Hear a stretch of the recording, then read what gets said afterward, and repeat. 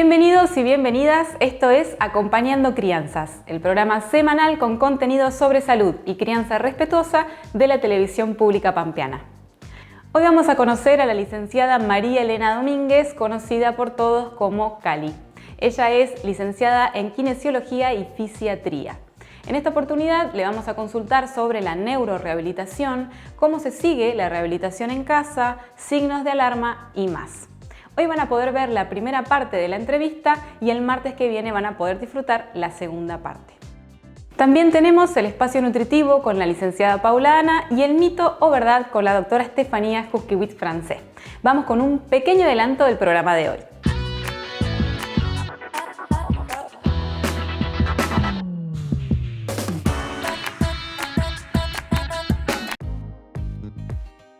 La frase de hoy tiene que ver con las rutinas. Vamos a conocerla y vayan pensando si es un mito o verdad, que al final del programa la doctora Steffi nos cuenta todo.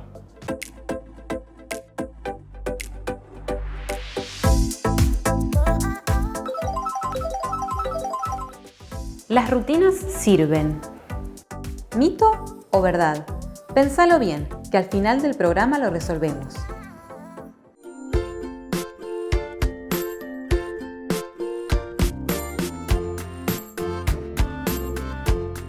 Llegamos al Centro de Rehabilitación Kine Infancia para charlar con Cali Domínguez sobre su profesión. ¿Me acompañan?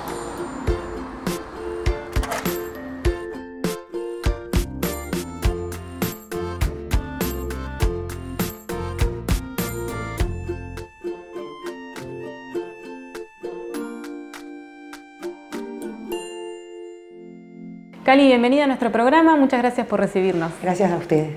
Siempre al inicio de las entrevistas nos gusta saber qué fue lo que motivó a cada profesional a elegir la carrera. ¿Qué te motivó a elegir la kinesiología como profesión?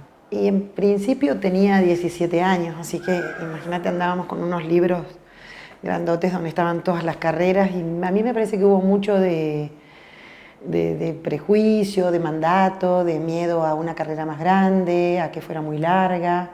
Entonces me gustaba medicina, pediatría, pero me pareció que iba a ser más fácil y más accesible estudiar kinesiología.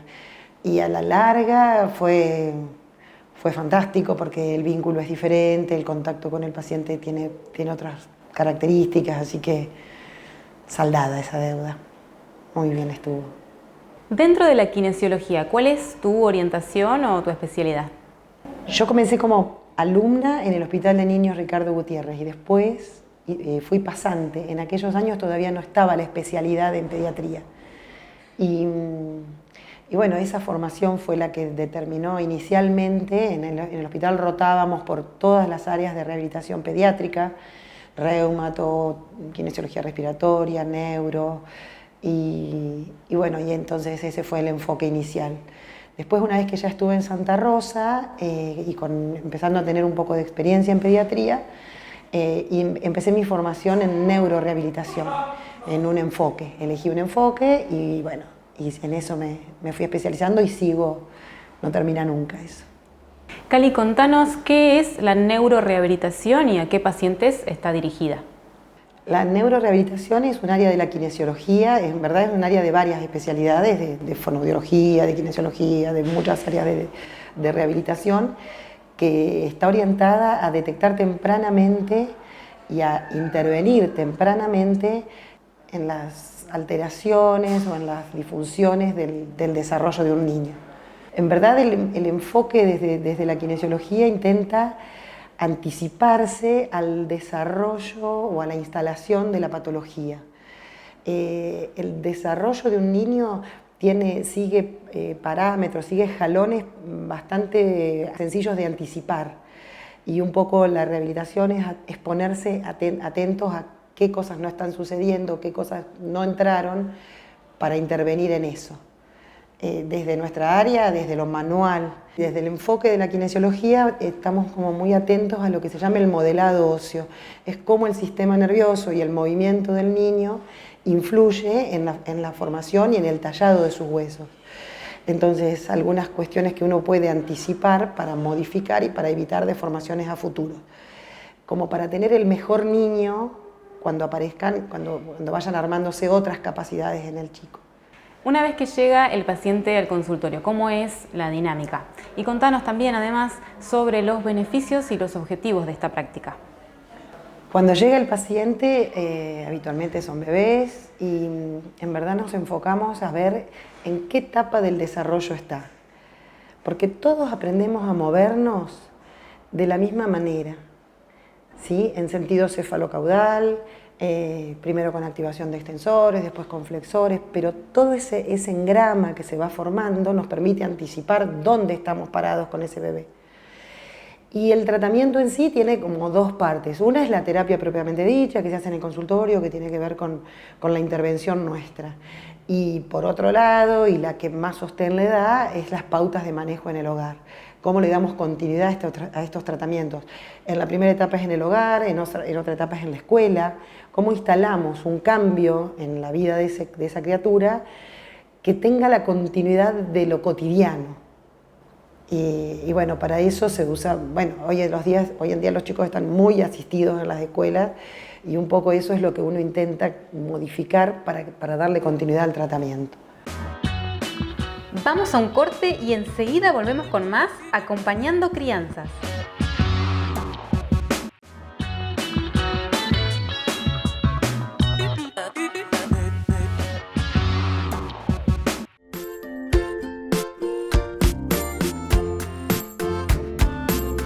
Seguimos con la entrevista a la licenciada Cali Domínguez.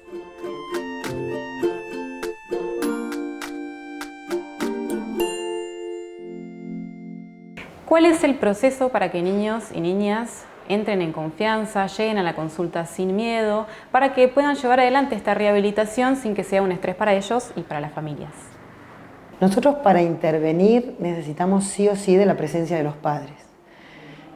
Los padres están en la terapia, están en la sesión, los agarran si lloran, si están con miedo, si están asustados. Habitualmente la rehabilitación tiene mucho de juego y eso hace que la criatura se vaya involucrando. Pero también a veces hay situaciones y hay cuadros que son de mucha irritabilidad y eso nos demandan a veces tomarnos más tiempo para abordar, pero el abordaje en sí es invasivo, porque para armar un nuevo patrón de movimiento, o sea, ¿nosotros a qué nos enfrentamos? Nos enfrentamos a un cerebro que pulsa diferente, que todo esto que nosotros sabemos y anticipamos que se va a ir armando, no sucede con estos nenes. Entonces, si no aprovechamos esa plasticidad de la primera etapa, en la que el cerebro tiene mucha capacidad de rearmar vías nuevas. ¿Y cómo llegamos a darle el input sensorial de esas vías nuevas? Bueno, interviniendo y dándole el choque de los huesitos, de los tendones, de los músculos, de la piel. A través de eso va la información y la aferencia sensorial a ese cerebro para armar otro mapa. O sea, no es solo con juego. No es que yo le pongo el sonajero donde quiero, tengo que meter mucha mano y bueno, eso a veces es invasivo para el bebé y eso a veces genera malestar. O sea, no es siempre muy placentero. Intentamos, buscamos la vuelta, pero es una etapa la de intervenir y no tenemos todo el tiempo. A veces nos corre el tiempo de ese modelado óseo, esas caderas que tienen que patalear como se debe para formarse, porque no nacen formadas, la organización de la cabeza en el espacio para que pueda mirar, la horizontalidad de la mirada, todas esas cosas nos corren un poco, nos surgen, no es que podemos darle todo el tiempo de... Entonces, bueno, lo vamos negociando con los papás y con el paciente sobre todo. Cali, hoy nos decías que en el proceso de rehabilitación, además de tu intervención, también está la de los y las cuidadores que estamos en casa. ¿Cómo es este proceso de rehabilitación en casa? Las pautas de manejo en el hogar son todo un capítulo y nos llevan todo un tiempo de la sesión. Por eso es importante que por ahí al comienzo del tratamiento intenten venir los dos, el papá y la mamá, porque si no se hace muy pesada la tarea y hay mucha adaptación que se hace en la casa, desde el posicionamiento, desde el tiempo de estar en el huevito y ya pronto tener que sacarlo. Los americanos tienen todo un capítulo que es la terapia en la escuela, y ellos trabajan mucho con modificaciones desde, no sé, el plano de la silla, la inclinación, cómo activo el centro de gravedad según cómo esté ese nene. Bueno, hoy en día con las redes está mucho más visible eso, pero es lo que le da continuidad, algo que se instala y se repite. El bebé repite más de 2000 veces cada movimiento en el día. Nuestros pacientes en 45 minutos de sesión, poco es lo que pueden repetir. Uno se pregunta siempre cuánto se aprendió en la sesión y cuánto puse la semillita para que sucediera en casa o sucediera en la escuela o sucediera en la guardería. Por eso hoy uno intenta estar muy interconectado para poder darle continuidad a eso que enfocó y que dijo es por acá, tiene que pasar esto. Pero no alcanza con la sesión, claramente no alcanza para nada. Como cuidadores, ¿ante qué signos de alarma deberíamos estar atentos desde que el bebé nace y durante su desarrollo? Bueno, en signos de alarma, montones. En principio, cuando un bebé llega, es importante que miremos la simetría, la posibilidad de un bebé de entrar y salir de la línea media, de caer a un costado y de volver a línea media y caer al otro y volver a línea media. También miramos las manitos. Yo presto mucha atención a las manos del bebé, si están como agarrándose, como los deditos, las manitos muy cerradas, los pulgares adentro a veces. Eso es un signo de inestabilidad. Cuando el tronco no está estable, cuando el bebé no está seguro y no tiene buena musculatura para sostener su cuello, la cabeza se mueve demasiado, se liberan los reflejos vestibulares y el bebé está como cayéndose todo el tiempo y a uno le cuesta entender cómo miedo a caerse estando en el plano. Pero en verdad sí es esta sensación de que me muevo y no puedo sostenerlo. Por eso, algo para entender un poco cómo voy mirando a un bebé es esto de que todos aprendemos a movernos de la misma manera. Y siempre es en sentido céfalo-caudal. Siempre activo los extensores primero, después los flexores, después aparecen los inclinadores y lo último que aparece es la rotación. Y eso pasa en las cervicales, las dorsales altas, las dorsales bajas, las lumbares, la cadera, la rodilla, el tobillo. En ese orden el bebé va armando sus mapas para moverse y va como tensando los vientos de una carpa para poder vencer la gravedad y sacar cada vez más partes de su cuerpo contra gravedad. Porque en un bebé que viene inicialmente el control es total, lo traen hecho un bollito con toda la actividad flexora de recién nacido. Una vez que el bebé activa los extensores y empieza a jugar con esto de liberar sus fosas nasales y él estira los flexores de cuello para que después se puedan activar y puedan actuar como antagonistas. Yo necesito, para que un grupo muscular sea eficiente, un antagonista que lo controle. Si yo quiero cerrar mi mano, necesito muy buenos extensores para que me den graduación, porque si no, mi mano se cierra del todo. Un poco eso es lo que sucede en esta primera etapa.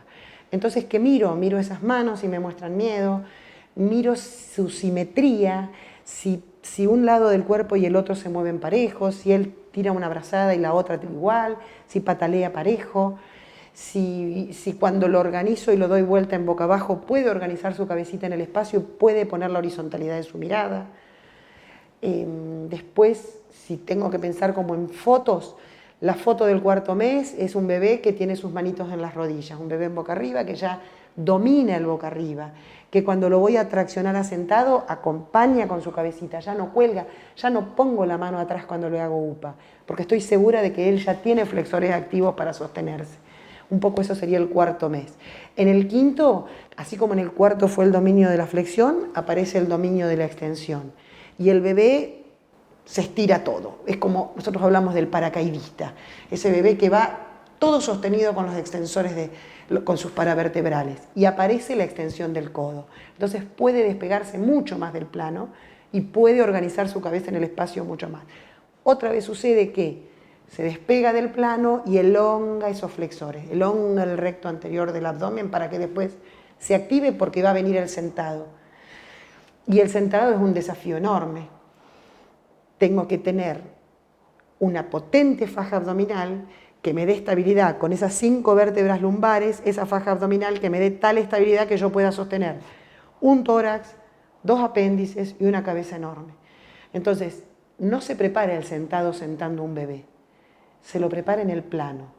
La moda y la bienvenida de todas estas alfombras que se usan hoy es lo mejor que le puede pasar a un bebé, porque en el plano es donde él patalea alto, sube mucho las patitas, hace abdominales, pega un taloneo, empieza a activar los glúteos, saca sus manitos al aire, activando sus pectorales. Entonces, todo ese juego de entre extensores y flexores, inclinadores hacia un lado y hacia el otro, y los rotadores después, sucede en el plano. Casi sucede naturalmente. Cuando un cerebro está desorganizado porque tuvo una agresión en los primeros 2 años de vida y entonces no sabe organizarse, uno lo que busca es dar el input para que esas cosas sucedan. Bien, entonces ahora tenemos un montón de información para estar atentos y atentas en casa. Hay muchas creencias sobre cómo alimentar a las infancias si es que están cursando alguna enfermedad. En el espacio nutritivo de hoy, la licenciada Paula Ana nos aportará información sobre la diarrea. ¿Qué alimentos podemos ofrecer? ¿Cuáles no? Para saber cómo accionar mejor ante esta situación. Hola, esto es Espacio Nutritivo y hoy vamos a hablar sobre diarrea.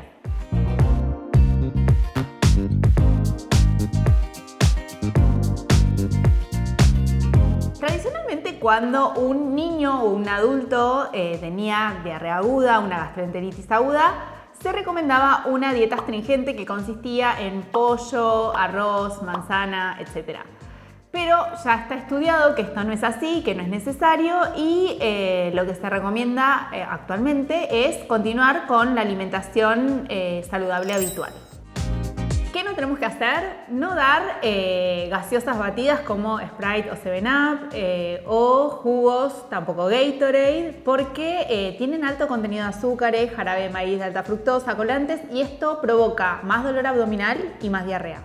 Ese azúcar de golpe nos puede hacer sentir mejor al principio porque estuvimos mucho tiempo en ayunas, pero ese efecto es corto y después genera todos estos síntomas. Tampoco dar té u otras infusiones porque son diuréticos e irritantes, y tampoco es necesario diluir las fórmulas infantiles o utilizar fórmulas sin lactosa o leches deslactosadas. Entonces, ¿qué hacemos? Es muy importante mantener la hidratación porque en un cuadro de gastroenteritis aguda hay diarrea, hay vómitos, se pierde mucho líquido, entonces esto es muy importante. Es habitual que el niño o el bebé no tenga ganas de comer y es normal. Si es menor de 6 meses, continuamos con la lactancia materna o con la fórmula, y si es mayor, también vamos a ofrecer agua de asorbitos, no de golpe. También pueden ser necesarias en algunos casos las sales de rehidratación oral, pero estas son indicadas siempre por un pediatra. Cuando el bebé o niño tenga ganas de comer, empezar a ofrecer alimentos en porciones pequeñas, en los que consume habitualmente de forma rutinaria, como frutas, verduras, carnes, huevo, legumbres. Evitar todos los alimentos que tienen alto contenido de azúcares o muy grasosos, y obviamente los productos ultraprocesados. Bueno, ¿cómo prevenimos una gastroenteritis aguda? Siempre es importante lavar muy bien las manos antes de manipular alimentos, lavar muy bien frutas y verduras, utilizar distintas tablas para cortar verduras y carnes, mantener los alimentos refrigerados, sobre todo cuando hay temperaturas altas, cuando es verano, y no consumir alimentos que estén fuera de la fecha de vencimiento. No dejar leche sobrante en las mamaderas, hervir el agua antes de preparar fórmulas o leches en polvo. Todo esto ayuda a prevenir las gastroenteritis agudas, así que es muy importante tenerlo en cuenta. Bueno, espero que les haya servido toda esta información y nos vemos en el próximo Espacio Nutritivo. Vamos a un corte y enseguida volvemos con más Acompañando Crianzas.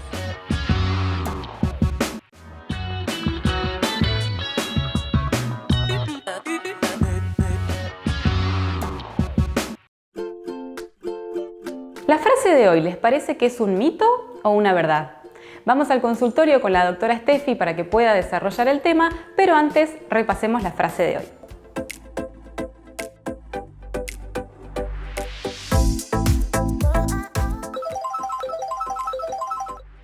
Las rutinas sirven. ¿Mito o verdad? En esta oportunidad, el mito lo vamos a hacer con una consulta que tuvimos la semana pasada. Vinieron nieta, mamá y abuela. Y la abuela nos cuenta que cuando era chiquita su mamá nos contaba a la misma hija y me la contaba a mí también. Cuando vos eras chiquita me gustaba bañarte, que estés súper relajada para la hora de dormir. Y se me ocurrió que podamos traer este mito o verdad acá para todos ustedes. ¿Las rutinas sirven? Y sí, las rutinas sirven siempre, es una verdad. Sirven para acomodar los horarios, para relajarnos, para entender cómo va funcionando la logística de cada casa, de cada hogar. Es importantísimo generarle rutinas tanto en el momento de despertarnos y empezar a hacer situaciones que uno diga, esto está bueno, poder tener esta conducta y todas las mañanas estar un rato en silencio, si se puede, no siempre se puede, y menos con chicos en casa, pero un rato en silencio, levantarnos cuando el sol sale, que también muchos chicos lo hacen como algo innato, se despiertan 5:30 de la mañana cuando entra el primer rayito de sol.